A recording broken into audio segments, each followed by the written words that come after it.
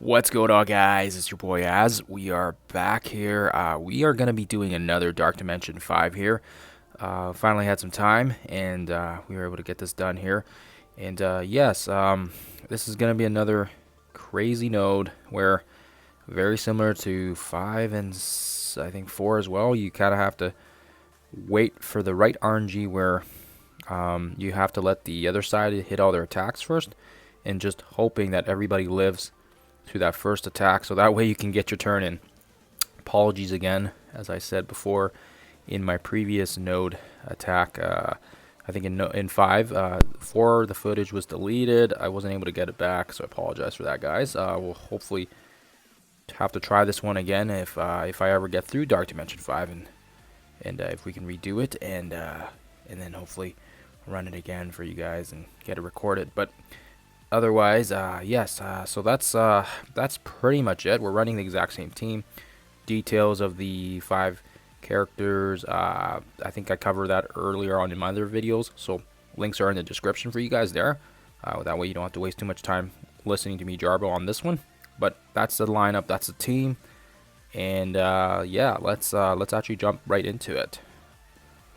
Alright, so you guys will see that there's a black and white footage here because what happened was I was just trying to show you guys what I'm talking about here, but it's basically just the attempts that we're running here, and really it's just a matter of getting that right RNG, and I forget, I think it was about 7 or 8 times. So I was just watching TV, I think, so I lost track of how many times. I was just trying to look to see if anybody dies, and then yeah, see, Cloak dies, and then of course I just reset and go out. So it's the one you want to watch out for is that Kestrel bomb. She's gonna be coming in with a red hot ultimate right from the start out of the floodgates there. So that's kind of where you want to watch it, and I don't know why they seem to really like Scarlet Spider, so weird.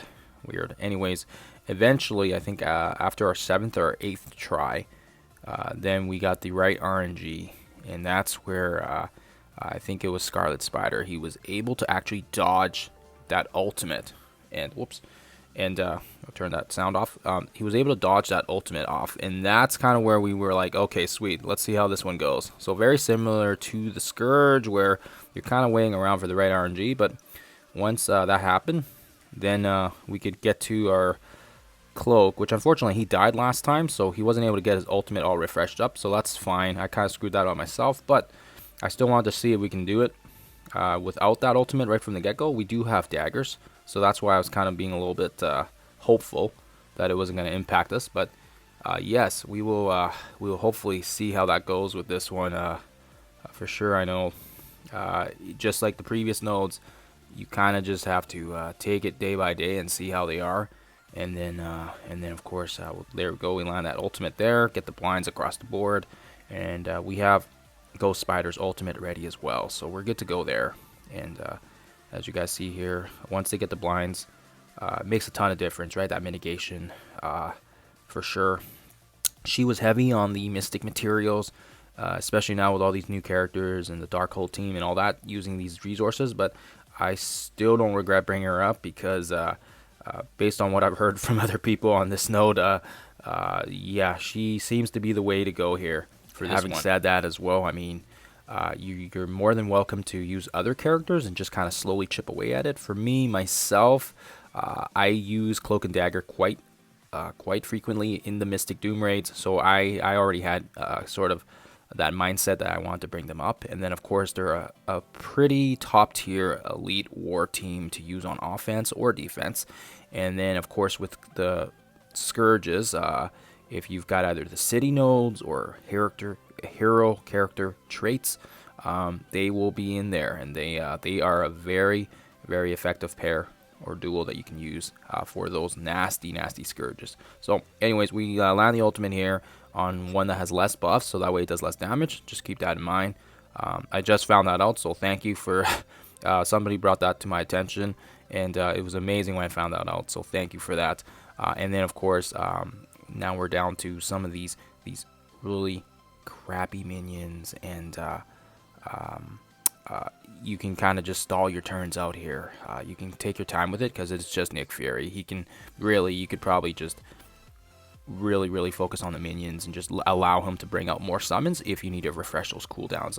We see that Cloak and Dagger are a bit low, so of course we can stall our turns a bit here and get ourselves in tip-top shape, especially because the next wave that drops is also going to be quite nasty as well.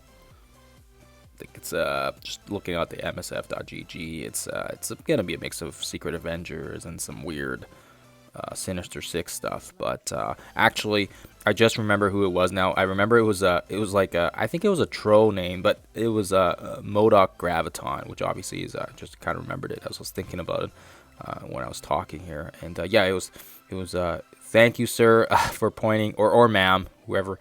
Sorry about that. Thank you so much for pointing that out to me. Yeah, I absolutely was just amazed. I always forget about all these crazy paragraphs on all these abilities, and it's great to know that. Yeah, that's the way that his ultimate actually works. The increased damage proportional to the buffs. So anyways, so we do have Ebony Maw and we have Castro and some of the Secret Avengers dropping. And this must have been the previous wave. Sorry, I thought there was, for some reason, I thought there was some Sinister Six dropping as well. I read that wrong. Anyways, so same sort of dealio here for the first node. There's a couple dangerous characters we can focus on, but of course the main ones are the Secret Avengers, and we want ability block Maria because she can bring in a lot of annoying shield troopers and the heals, and that can mitigate a lot of the damage we've done. So take care of her, ability block her, get her out of the way, and then what we can do here is same sort of setup as the last wave. We just got to be very careful. Oh, did we lose? Yep, we lost. Wow.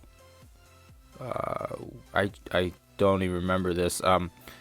We actually lost Scarlet Spider pretty early here, so we'll see how this one goes. I mean, obviously, based on what I'm seeing here on the MSF.gg, the actual waves themselves weren't too bad. So I think what we did here was we just continued on despite losing it. So I mean, really, you could probably reset your RNG again and try again, but I think at this point I was really lazy because I was telling myself that with these specific characters we could probably get through it. We took care of Castro, we took care of Sharon, so really the only ones left over here are just the basically the summoners, Nick Fury and Maria, and now of course now we've only got Nick Fury left thanks to the amount of damage. So now the Sinister Six actually drops here. So I was off by I was looking down the wrong page and I was one forward, but they drop a little bit of weird Sinister Six here, and I mean the Electros, they're probably the ones that you want to be careful of, but thanks to our Ghost Spider, she can basically bring all these crazy amount of buffs there, and of course spreading the blind probably wasn't a smart thing with Rhino. I think that actually ends up burning me again because I remember doing it I think twice for this one where I spread the blinds across, and it actually ends up I think helping the team, which is kind of stupid of me to do that, but just keep that in mind. So we focus on Maria because again she is very dangerous if you leave her alone. She has the heals, she's got the annoying shield troopers. Everybody is gonna feel better if she goes down. So that's who we have there. And then of course keep in mind that you know, the next wave as well, we are only doing it with 4 people, but once these guys drop, there's only going to be 9 guys left. So really, that's where I think I was just trying to see how far I can stretch these. Ebony Maw drops again. I don't know why this node likes Ebony Maw so much. I think this is the last. This is the last one. Actually, there might be one more at the end here. Nope, that's the last one. Okay, and you definitely want to take care of him fast because the last wave is weird. It drops, I think, a Thanos and a Obsidian as well. So really, once we drop Electro, then we'll get the last 8 minions or characters. And yeah, I mean, luckily for us, you know, I wouldn't say it's an impossible wave. It's I would say, you know what, we don't have to worry about a Sharon. We don't have to worry about Ebony Maw, so that's not too bad. And I think actually now that I'm recalling this is the one that was stupid of me, where I applied those blinds, and then of course it just heals them off. So keep that in mind, guys. Just be very careful. Obviously, we can't control where the blinds go, but if you can, It's more beneficial to apply all the negatives because it does actually help our team more. And I think their passive is they only remove some of the debuffs. It's not all of them. So if you can load it up the board with a whole bunch of negatives, then you're going to make it easier for yourself. Oh, these annoying minions. So I think right here we used the ultimate, and luckily we got by there without any of the blinds, which is good. We'll use that special, smashing all those. And again, same strategy here, taking care of that Kestrel early on, because if you don't take care of her and she gets enough momentum, she becomes almost unstoppable. I really don't like playing against her, but that's how good she is. I mean, she's still probably a top 5 character, even despite all these crazy new characters. As a solo character, and she can be slotted into almost any team and have success, she's as good as it gets. I think she's probably in my top 3 picks of probably the best characters in the game right now. And yeah, anyways, so we got some pretty crappy characters on the board here. You can kind of make your pick. I like to go after the taunters. So I mean, really, remember now, this is our last node, so we don't really care about our cooldowns. We're not going to use these guys again for the remainder of Dark Dimension 5. And again, that's where that double removal of the buffs was just a I got a little worried there, because as you can see here, we're actually getting dangerously low on health. So we used that wonderful ultimate again, and clearing off those stupid rhinos. And then of course now we have 3 left on the board, and I don't remember if Ghost Spider actually dies on this, but we do end up destroying this one despite only having 4 characters, I think, for probably 70-80% of this node. So really, that should tell you. I mean, I think personally, in my preference, I think this node was actually easier than 5. So that was just my experience with it. I think some people would disagree, but it all depends. I didn't find it too bad. Anyways, so we take care of the stragglers here, and again, I don't really care. We're pretty much cleaning house here, and we don't need to save our cooldowns, so it makes it easy for us. But luckily, yeah, nobody, just the one, just Scarlet Spider. Yeah, so there he goes. There you guys have it. That's our node completion there.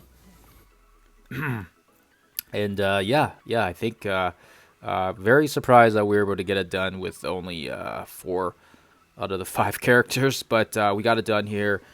Just to recap again, that's our team. We're gonna be sticking around here for a little bit, at least until the global nodes, until I got those characters up. I'm thinking of Cap Sam, probably 2 of the Secret Avengers, and then probably Doom.